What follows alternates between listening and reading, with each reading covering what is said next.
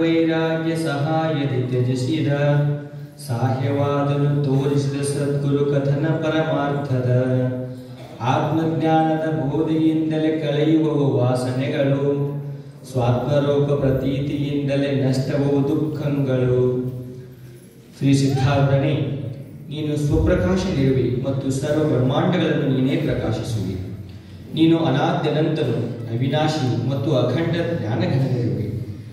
ನಿತ್ಯ ನೀನು ಸ್ವರೂಪದಲ್ಲಿಯೇ ಇದ್ದು ಈ ಜಗತ್ತನ್ನೆಲ್ಲ ವ್ಯಾಪಿಸಿಕೊಂಡಿರುತ್ತೆ. ಇಂತಾತನಾದ ನೀನು ಭಕ್ತರಿಗೋಸ್ಕರ ಸಣ್ಣ ರೂಪವನ್ನು ಧರಿಸಿ ಅವತರಿಸಿರುತ್ತೆ. ಸಂಸಾರದಲ್ಲಿ ಯಾರ ಮನಸ್ಸು ಬೇಸತ್ತು ಹೋಗಿರುವುದೋ ಅವರು ಎಲ್ಲಾ ವಿಷಯ ಪ್ರವೃತ್ತಿಯನ್ನು ಬಿಟ್ಟು ನಿನ್ನ ಚರಣಗಳಿಗೆ ಪ್ರಾಪ್ತರಾಗಿ ವಿರಕ್ತಿಯನ್ನು ಹೊಂದುವರು. ಹಿಂದಿನ ಅಧ್ಯಾಯದಲ್ಲಿ ಖಾಸಗತ ಸ್ವಾಮಿಯ ವೈರಾಗ್ಯಾವಸ್ಥೆಯ ಕಥೆಯು ನಿರೂಪಿಸಲ್ಪಟ್ಟಿದೆ. ಆ ವೈರಾಗ್ಯ ಸ್ಥಿತಿಯು ವಿಷಯ ಪ್ರವೃತ್ತಿ ಛೇದಕವಾಗಿಯೂ ಬ್ರಹ್ಮಪಥಕ್ಕೆ ಅವಶ್ಯಕವಾಗಿಯೂ ಇರುವುದು. ವಿಷಯಗಳಿಗೆ ಅಂಟಿಕೊಂಡಿರುವ ಈ ಸ್ಥಿತಿಗೆ ಅಪರವೈರಾಗ್ಯವೆನ್ನುವರು. ಈಗ ಪರವೈರಾಗ್ಯದ ಲಕ್ಷಣಗಳನ್ನು ಹೇಳುವೆನು. ವಿಷಯಗಳಿಂದ ಮನಸ್ಸು ನಿವೃತ್ತವಾದರೂ ಚಿತ್ತದಲ್ಲಿ ಭೋಗ ಸಂಸ್ಕಾರಗಳಿರುವವು. ಇಂಥ ಸಂಸ್ಕಾರಗಳು ಹೋಗಲಿಕ್ಕೇ ಬೇಕು. ಇಲ್ಲದಿದ್ದರೆ ಪುನಃ ವಿಷಯಗಳಲ್ಲಿ ಪತನವಾಗುವ ಭಯ ಒಲಿಯುವುದು. ಆಯುಷ್ಯ ತುಂಬಾ ವಿರಕ್ತಿ ಸಾಧಿಸಿತು, ಆದರೆ ಸತ್ಸಂಗತಿಯನ್ನೂ ಹಿಡಿಯಲಿಲ್ಲ, ಗುರುಪಾಸನೆಯನ್ನೂ ಮಾಡಲಿಲ್ಲ. ಅಂದರೆ ಅಂಥ ವಿರಕ್ತಿಯು ನಿಷ್ಫಲವಾಯಿತು. ಹಾಗಾದರೆ ವೈರಾಗ್ಯದ ಸಾರ್ಥಕವಾಗುವಂತೆ ಯಾವ ಉಪಾಯ ಮಾಡತಕ್ಕದ್ದು? ಏನು ಮಾಡಿದರೆ ಮನಸ್ಸು ಪೂರ್ಣ ನಿರ್ವಿಷಯವಾಗಿ ಮುಮುಕ್ಷುವು ಸರ್ವಥೈವ ನಿರ್ಭಯನಾಗುತ್ತಾನೆ ಎಂದು ಕೇಳಿದರೆ, ಇದೇ ವಿಷಯದಲ್ಲಿ ಹೇ ಶ್ರೋತಾಜನರುಗಳಿರ ಶ್ರೀ ಸಿದ್ಧಾರ್ಥರಿಗೆ ಮತ್ತು ನಿರ್ವಾಣ ಸ್ವಾಮಿಗೆ ಆದ ಸಂವಾದವನ್ನು ಹೇಳುವೆನು. ಸಾವಿರ ಚಿತ್ತದಿಂದ ಶ್ರವಣ ಮಾಡುವಂತವರಾಗಿರಿ. ಕರ್ನಾಟಕ ದೇಶದಲ್ಲಿರುವ ಉಗರಗೋಳ ಎಂಬ ಗ್ರಾಮದಲ್ಲಿ ನಿರ್ವಾಣಪ್ಪ ಎಂಬ ನಾಮವುಳ್ಳ ಒಬ್ಬ ಸತ್ವಶೀಲ ವಿರಕ್ತನಿದ್ದನು. ಆತನು ಚಿಕ್ಕಂದಿನಿಂದ ವೈರಾಗ್ಯಯುಕ್ತನಾಗಿದ್ದು ಬಹುಕಾಲ ಯೋಗಾಭ್ಯಾಸ ಮಾಡಿದನು. ಆದರೆ ಮನಸ್ಸಿಗೆ ಸಮಾಧಾನ ಪ್ರಾಪ್ತಿಯಾಗದೆ ಗುರುಕೃಪೆ ವಿನಃ ಯಾವ ಸಾಧನೆಯೂ ವ್ಯರ್ಥವೆಂದು ಆತನು ತಿಳಿಯುವನಾದನು. 16 ವರ್ಷ ವಯಸ್ಸವನಿದ್ದಾಗ ಸಿದ್ಧಾರ್ಥ ಸದ್ಗುರುಗಳ ಕೀರ್ತಿಯನ್ನು ಕೇಳಿ ಹುಬ್ಬಳ್ಳಿಗೆ ಬಂದು ಅವರಿಗೆ ಭೇಟಿಯಾದನು. ಆತನು ಬಂದು ಸದ್ಗುರು ಚರಣಗಳಿಗೆ ನಮಸ್ಕರಿಸಿ ಅವರ ಎದುರಿಗೆ ಕೈ ಜೋಡಿಸಿಕೊಂಡು ನಿಂತನು. ಆದರೆ ಏನೇನು ಮಾತನಾಡಲಾಗಲಿಲ್ಲ.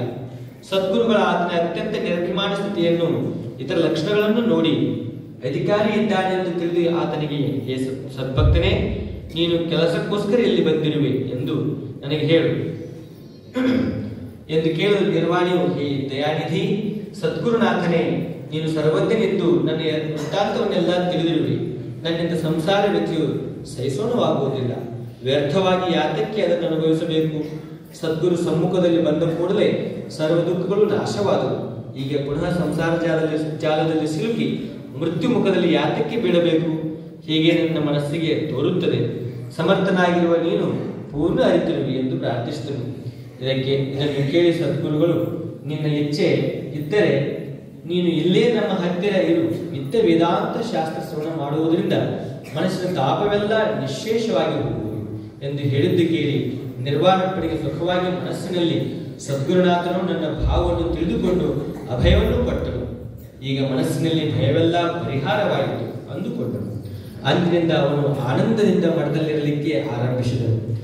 ನಿತ್ಯ ಗುರುಮುಖದಿಂದ ವೇದಾಂತ ಶ್ರವಣ ಮಾಡುತ್ತಿದ್ದುದರಿಂದ ಪೂರ್ವದಲ್ಲಿ ಪ್ರದೀಪ್ತವಾಗಿದ್ದ ಆತನ ವೃತ್ತಿಯು ಈಗ ಶಾಂತವಾಯಿತು. ಶ್ರವಣವಾದ ಮೇಲೆ ಅನುದಿನ ಏಕಾಂತ ಸ್ಥಾನವನ್ನು ಸೇವಿಸಿ ಅಲ್ಲಿ ಕುಳಿತುಕೊಂಡು ಗುರುವಾಕ್ಯಗಳನ್ನು ಮರಣ ಮಾಡುತ್ತಿರುತ್ತಿದ್ದರು. ನಿಜಾನಂದದಲ್ಲಿ ತಲ್ಲೀನನಾಗಿ ಎರಡನೆಯವರು ಕೂಡ ಮಾತನಾಡುತ್ತಿದ್ದಿಲ್ಲ. ಸದ್ಗುರು ಸೇವಾ ಅತ್ಯಾದರದಿಂದ ಮಾಡುತ್ತಿರುವರು. ಸರ್ವಭೂತ ಮಾತ್ರಗಳ ಮೇಲೆ ಅತ್ಯಂತ ದಯಾಭರಿತನಾಗಿದ್ದು ಚೇತನ ಮತ್ತು ಅಚೇತನ ವಸ್ತುಗಳನ್ನು ಹಿಂಸಿಸುತ್ತಿದ್ದಿಲ್ಲ. ಅಂತರ್ಯದಲ್ಲಿ ಅವನು ಇಷ್ಟು ಕೃಪಾಳವಾಗಿದ್ದನು. ಒಂದಾನೊಂದು ದಿವಸ ಸುಮತಿಯಾದ ನಿರ್ವಾಣಪ್ಪನು ಸದ್ಗುರು ಸಮೀಪ ಬಂದು ನಮಸ್ಕರಿಸಿ ಅತ್ಯಂತ ಭಯಭಕ್ತಿಯುಕ್ತನಾಗಿ ಧೈರ್ಯ ಭಾವದಿಂದ ಅವರನ್ನು ಕುರಿತು ವಿಚಾರಿಸುತ್ತಾನೆ. ಹೇ ದೀನ ದಯಾಳುವಾದ ಸದ್ಗುರುನಾಥನೇ, ನಿನ್ನ ಸಂಗತಿಯಿಂದ ಬಹು ಲಾಭವಾಯಿತು. ಸಂಸಾರ ತಾಪವು ಪೂರ್ಣ ನಾಶವಾಯಿತು. ಆದರೆ ಒಂದು ಸಂಶಯ ಉಳಿದಿರುವುದು.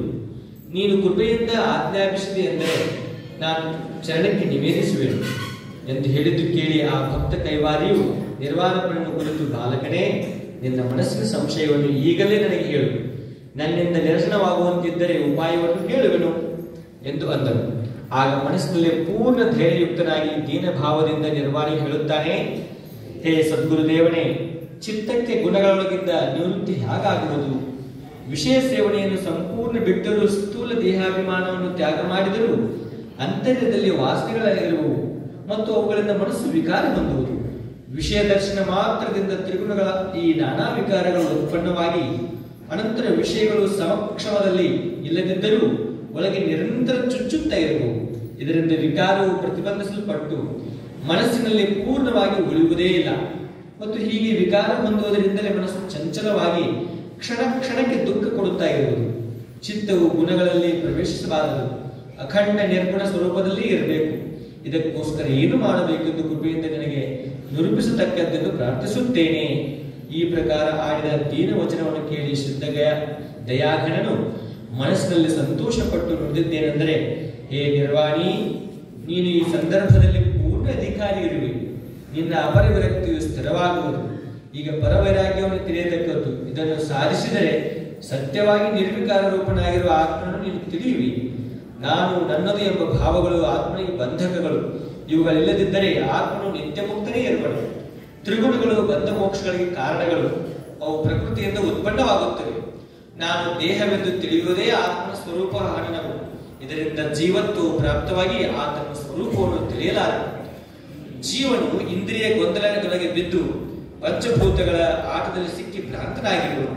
ಅನೇಕ ವಿಷಯ ಸಮ್ಮೇಳನದಲ್ಲಿ ಸಿಲುಕಿ ನಿರ್ಬಲನಾಗಿ ಹೋಗಿರುವನು. ವಿಷಯ ಸೇವನೆಯಿಂದ ಆತನಿಗೆ ರಾಗದ್ವೇಷಗಳು ದೃಢವಾಗಿ ಕಟ್ಟುವವು. ಭೋಗದಿಂದ ವಾಸನೆಗಳು ವಿಶೇಷವಾಗಿ ಬೆಳೆದು ಎಷ್ಟು ಯತ್ನ ಮಾಡಿದರೂ ಬಿಡುವುದಿಲ್ಲ. ವಿಷಯ ಭೋಗಗಳ ದೆಸೆಯಿಂದ ಅನೇಕ ಜನ್ಮಗಳ ಪರ್ಯಂತರ ದುಃಖ ಅನುಭವಿಸುತ್ತಿದ್ದರೂ ಅವನ್ನು ಬಿಡಲಾರದೆ ಪುನಃ ಪುನಃ ಯೋನಿಗಳಲ್ಲಿ ತಿರುಗುತ್ತಿರುವನು. ಹೀಗಿರುತ್ತಾ ಎಂದಾದರೂ ಒಂದು ಕಾಲದಲ್ಲಿ ದೈವಯೋಗದಿಂದ ಆ ಜೀವನಿಗೆ ಸತ್ಸಂಗ ಲಭಿಸುವುದು. ವಿಷಯ ಸುಖಕ್ಕೆ ಅನ್ಯವಾದ ಮತ್ತು ಅದಕ್ಕೂ ವಿಶೇಷವಾದ ಸುಖವಿರುವುದೆಂದು ಸತ್ಸಂಗದಿಂದ ಆತನು ತಿಳಿಯುತ್ತಾನೆ. ಆಗ ಆ ಅಧಿಕ ಸುಖದ ಸಲುವಾಗಿ ಕ್ಷಣಿಕವಾದ ವಿಷಯ ಸುಖಗಳನ್ನು ತ್ಯಜಿಸುವನು. ದೀರ್ಘಕಾಲದ ಅನುಭವದಿಂದ ವಿಷಯಗಳೆಲ್ಲ ದುಃಖಮಯವೆಂದು ನಿರ್ಧರಿಸಿದ್ದರೂ ಆತನಿಗೆ ಆತ್ಮಸುಖದ ಅನುಭವ ಇನ್ನೂ ಆಗಿರುವುದಿಲ್ಲ. ಅನೇಕ ಜನ್ಮಗಳ ದುಃಖದ ಸ್ಮರಣೆಯಿಂದ ಆತನು ಸರ್ವ ವಿಷಯಗಳನ್ನು ಬಿಟ್ಟಿರುವನು. ಇದರಿಂದ ಬಾಹ್ಯ ವಿಷಯಗಳಷ್ಟೇ ಅಭಾವವಾಗಿ ಜೀವನು ಸುಖ ಹೊಂದುವನು. ನಿರ್ವಾಣಿ ಶಿಷ್ಯನೇ, ಕೇಳು. ಜ್ಞಾನ ಪಥದಲ್ಲಿ ಇಲ್ಲಿ ತನಕ ನೀನು ಬಂದಿರುವಿ. ಎಲ್ಲ ಮೋಹ ಮಮತೆಯನ್ನು ಬಿಟ್ಟು ವಿಷಯ ವಾರ್ತೆ ಇಲ್ಲದಂತೆ ನೀನು ಅವನ್ನು ತ್ಯಜಿಸಿರುವಿ. ಆದರೆ ಭೋಗ ಸಂಸ್ಕಾರಗಳು ಉಳಿದಿರುವು. ಇವು ಚಿತ್ತದೊಳಗಿಂದ ಬೇಗನೆ ಹೋಗುವುದಿಲ್ಲ. ಅವು ಜನ್ಮಗಳ ಬೀಜವಾಗಿದ್ದು ಅವುಗಳ ಮೇಲೆ ಇತರ ಉಪಾಯಗಳು ನಡೆಯುವುದಿಲ್ಲ. ಯಾವಾಗ ಜೀವನು ಆತ್ಮಜ್ಞಾನವನ್ನು ಪಡೆಯುವನೋ ಆಗ ಈ ವಾಸನೆಯು ಖಂಡನವಾಗಿ ಹೋಗುವುದು. ಗುರುಕೃಪೆಯಿಂದ ಈ ವಾಸನೆಯು ಪೂರ್ಣ ಪರಿಹಾರವಾದ ಮೇಲೆ ಜೀವನ ಬಂಧನವು ನಾಶವಾಗುವುದು.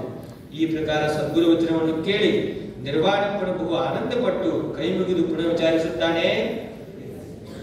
ಹೇ ಸದ್ಗುರುನಾಥನೇ, ಇಂಥ ಅಮೋಘವಾದ ಆತ್ಮಜ್ಞಾನವನ್ನು ಯಾವ ಸಾಧನದಿಂದ ನಾನು ಹೊಂದುವೆ? ಆ ಆತ್ಮಜ್ಞಾನ ಸ್ವರೂಪವನ್ನು ನನಗೋಸ್ಕರ ನಿರೂಪಿಸಲೇಬೇಕೆಂದು ಪ್ರಾರ್ಥಿಸುವೆನು. ಆಗಲೇ ಸದ್ಗುರುನಾಥ ಎನ್ನುತ್ತಾನೆ, ಎಲೆ ಸಚ್ಚಿಷ್ಯನೇ, ಕೇಳು. ಪರವೈರಾಗ್ಯವೆಂದು ಕರೆಯಲ್ಪಡುವಂತಹ ಮತ್ತು ವಾಸನಾಕ್ಷಯವನ್ನು ಪ್ರಾಪ್ತ ಮಾಡಿಕೊಡುವಂತಹ ಆ ಸಾಧನೋಪಾಯವನ್ನು ನನಗೆ ನಿರೂಪಿಸುವೆನು. ಮೂಲಮಾಯು ಮತ್ತು ಅದರ ಗುಣಗಳು ಕೂಡಿ ಮೃಗಜಲವತ್ ಭಾಸಮಾನವಾಗುವ ಈ ನಾಮರೂಪಾತ್ಮಕ ಜಗತ್ತು ಕಲ್ಪಿತವಾಯಿತು. ಇಲ್ಲಿ ಸತ್ಯತ್ವವು ಇಲ್ಲೇ ಇಲ್ಲ. ಆದರೆ ಇದನ್ನೆಲ್ಲ ತಿಳಿಯುವಂಥವನಾದ ನೀನು ಸತ್ಯವಾಗಿರುವಿ. ಸರ್ವ ವಿಕಾರಗಳ ನಡುವೆ ನಿರ್ವಿಕಾರನಾಗಿ ಶರೀರರಹಿತವಿರುವ ರೂಪದಿಂದ ನೀನಿರುತ್ತಿ.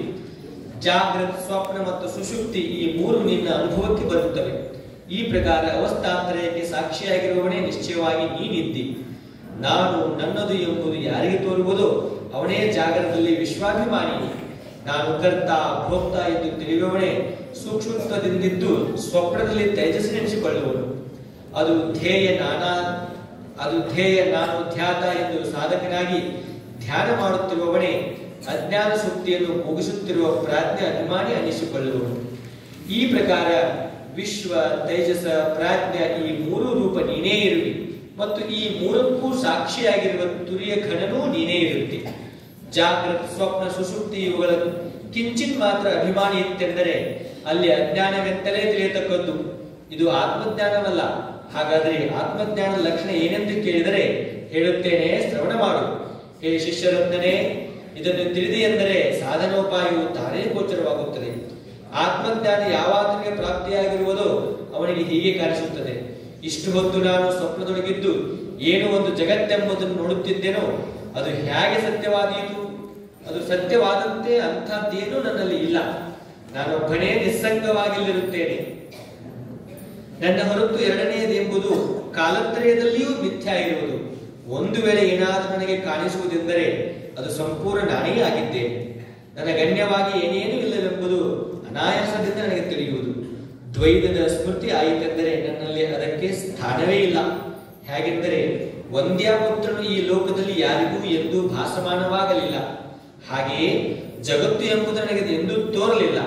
ಸ್ತ್ರೀ ಪುತ್ರಾಧಿಕರೆಂಬುದು ವಸ್ತುವಿಲ್ಲದೆ ನಾಮ ಮಾತ್ರ ಕಲ್ಪಿಸಲ್ಪಟ್ಟಿವೆ. ನಾನು ಒಂದು ವೇಳೆ ಆಕಾಶದಂತಿದ್ದರೆ ನನ್ನ ಶರೀರವು ಕಾಣಿಸುತ್ತಿದ್ದಿಲ್ಲ. ಹಾಗೆ ಇಲ್ಲದ ದೇಹಕ್ಕೆ ನಾನೆಂತ ಹೇಳುವುದೆಂದರೆ ಮನಸ್ಸಿನೊಳಗೆ ನನಗೆ ನಗೆ ಬರುವುದು. ನಾನು ಏನಾದರೂ ಮಾಡಿದೆನೆಂದರೆ ನನಗೆ ಸರ್ವತಾ ಕಾರಣಗಳಿಲ್ಲದಿರುವುದರಿಂದ ಕಾರ್ಯ ಹಾಗಾಗಬೇಕು. ಈ ಕಾರ್ಯವು ಇಲ್ಲದಿರುವಾಗ ನನಗೆ ಕರ್ತೃತ್ವವು ಹೇಗೆ ಹತ್ತುವುದು? ನಾನು ಭೋಕ್ತ ಆದನೆಂದರೆ ಉಣ್ಣಲಿಕ್ಕೆ ನನಗೆ ಮುಖವೇ ಇಲ್ಲ ಮತ್ತು ನನ್ನ ಹೊರತು ತಿನ್ನಲಿಕ್ಕೆ ಎರಡನೇ ವಸ್ತುವೇ ಇಲ್ಲದಿರುವಾಗ ನಾನು ಭೋಕ್ತ ಹೇಗಾಗುವೆನು? ಈ ಪ್ರಕಾರ ಎಲ್ಲಾ ಇಂದ್ರಿಯ ವ್ಯಾಪಾರವು ಸಹಜವಾಗಿ ಮಿಥ್ಯಾಚಾರವಾಗುವುದು. ಸ್ವರೂಪ ಸ್ಥಿತಿಯಲ್ಲಿ ಆಗುವ ಈ ಅನುಭವ ತೆಗೆದುಕೊಂಡು ಹೊರಗೆ ಬಂದಾಗ ಈ ಜಗತ್ತು ವಿಚಿತ್ರವಾಗಿ ಭಾಷಿಸುವುದು. ಅವನಿಗೆ ಹೇಗೆ ಕಾಣಿಸುತ್ತದಲ್ಲ, ಹೇಗೆ ಘಟರೂಪದಿಂದ ಮೃತ್ತಿಕೆ ಇರುವುದು ಹಾಗೆ ಈ ಜಗತ್ತಿನ ರೂಪದಿಂದ ನಾನೇ ಇರುವೆನು ಮತ್ತು ಸಾಕ್ಷಿ ರೂಪದಿಂದ ಉಳಿದಿರುವೆನು. ಇದೇ ಪ್ರಕಾರ ಸರ್ವತ್ರ ಭಾಸವಾಗುತ್ತದೆ. ಇಂಥ ಆತ್ಮಜ್ಞಾನ ಪ್ರಾಪ್ತಿ ಮಾಡಿಕೊಳ್ಳಲಿಕ್ಕೆ ಯಾವ ಉಪಾಯ ಮಾಡಬೇಕು ಎಂದು ಕೇಳಿದರೆ, ಶಿಷ್ಯರಾಯನೇ ಹೇಳುತ್ತೇನೆ ಕೇಳು. ಹಗಲು ರಾತ್ರಿ ನಾಮವನ್ನು ಜಪಿಸಬೇಕು. ನಾಮ ಜಪದಿಂದ ಚಿತ್ತ ಶುದ್ಧಿಯಾಗುವುದು, ದೇಹಾಭಿಮಾನವು ಹೋಗುವುದು ಮತ್ತು ಅಭ್ಯಾಸ ಬಲದಿಂದ ಚಿತ್ತ ಸ್ಥೈರ್ಯವನ್ನು ಏಕಾಗ್ರತೆಯನ್ನು ಮುಮುಕ್ಷು ಹೊಂದುತ್ತಾನೆ. ಆಗ ಅಂಥ ಏಕಾಗ್ರ ಚಿತ್ತದಿಂದ ಏನೇನು ಮಾಡುವನೋ ಅದು ತಾನೇ ಎಂಬುದಾಗಿ ಕಾಣುವುದು. ಇದೇ ಸೋಹಂಭಾವವು. ಇದನ್ನು ಸರ್ವತ್ರ ಯೋಜಿಸಬೇಕು. ಯಾವ ಸೂಕ್ಷ್ಮ ವಸ್ತುಗಳು ಮನಸ್ಸಿನಲ್ಲಿ ಬರುವವು ಅವನ್ನು ಕೂಡಲೇ ಸೋಹಂಭಾವದಿಂದ ನೋಡಬೇಕು. ಈ ಪ್ರಕಾರ ದೃಢಾಭ್ಯಾಸವನ್ನು ಮಾಡುತ್ತಾ ಮಾಡುತ್ತಾ ದ್ವೈತ ಭ್ರಾಂತಿ ಎಲ್ಲ ಹೋಗಿ ಆತ್ಮಸ್ಥಿತಿಯು ಸ್ಥಿರವಾಗುತ್ತದೆ. ಧ್ಯೇಯ ವಸ್ತುವಿನ ಧ್ಯಾನ ಮಾಡುತ್ತಿರುವಾಗ ಧ್ಯಾತವು ತಾನೇ ಧ್ಯೇಯಾಕಾರವಾಗಿ ಹೋಗಿ ವೃತ್ತಿಯು ಸ್ವರೂಪಾಕಾರವಾಗಿ ಅದರೊಳಗೆ ಆತ್ಮನು ಅನುಭವಕ್ಕೆ ಬರುತ್ತಾನೆ. ಇಂಥ ಧ್ಯಾನವನ್ನು ಏಕಾಂತದಲ್ಲಿ ಮಾಡತಕ್ಕದ್ದು. ಜನರ ಮಧ್ಯದಲ್ಲಿರುವಾಗ ಅದರ ಅನುಸಂಧಾನ ಹಿಡಿದು ಸರ್ವವನ್ನು ಸೋಹಂಭಾವದಿಂದಲೇ ನೋಡಬೇಕು. ಒಂದು ಕ್ಷಣವಾದರೂ ಈ ಧ್ಯಾನವನ್ನು ಬಿಡಬಾರದು. ಈ ಪ್ರಕಾರ ದೃಢ ಅಭ್ಯಾಸ ನಡೆಸುತ್ತಿರುವಾಗ ತಾನು ನಿತ್ಯ ಆತ್ಮ ಎಂಬುದು ಸಹಜವಾಗಿ ಕಾಣಿಸುವುದು. ತಾನು ದೇಹವೆಂಬುದು ಎಂದೆಂದಿಗೂ ಭಾಸವಾಗುವುದಿಲ್ಲ. ಹೀಗಿರುವಾಗ ಇತರ ವಸ್ತುಗಳು ಹೇಗೆ ಸತ್ಯವಾದವು? ಇಂಥ ಈ ಅಭ್ಯಾಸವನ್ನು ಸರ್ವದಾ ಮಾಡುತ್ತಾ ಸೋಹಂಭಾವವನ್ನು ಜೀವಪ್ರಾಣ ಮಾಡಿ ಸರ್ವತ್ರದಲ್ಲಿ ಯೋಜಿಸುವುದರಿಂದ ಸರ್ವ ಅಂತರ್ವಾಸನೆಗಳು ನಾಶವಾಗಿ ಆತ್ಮನು ನಿತ್ಯ ಅಪರೋಕ್ಷನಾಗುವನು. ಈ ಪ್ರಕಾರ ಸದ್ಗುರುಗಳ ಭಾಷಣವನ್ನು ಕೇಳಿ ವೃತ್ತಿ ತದಾಕಾರವಾಗಿ ಕ್ಷಣ ಮಾತ್ರ ನಿರ್ವಿಕಲ್ಪ ಸ್ಥಿತಿಯನ್ನು ಹೊಂದಿ ಆಮೇಲೆ ನಿರ್ವಾಣಪ್ಪನನ್ನುತ್ತಾನೆ, ಹೇ ಸದ್ಗುರುನಾಥನೇ, ಈ ಹೊತ್ತು ನಾನು ಕೃತಾರ್ಥತೆಯನ್ನು ಹೊಂದಿದ್ದೆನು.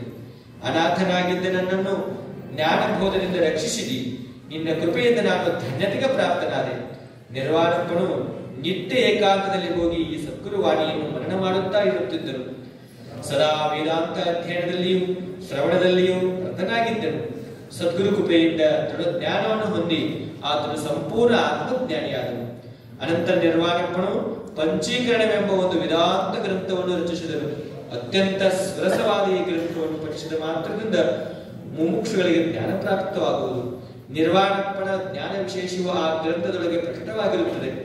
ಈ ಅಧ್ಯಾಯವು ಸರ್ವದರೊಳಗೆ ಉತ್ತಮವಾಗಿದ್ದು ನಿತ್ಯ ಇದನ್ನು ಪಠಿಸುವುದರಿಂದ ಸುಲಭವಾಗಿ ಗುರುಕೃಪೆಯು ದೊರೆತು ಸರ್ವಬ್ರಹ್ಮ ನಿರಶನವಾಗುವುದು.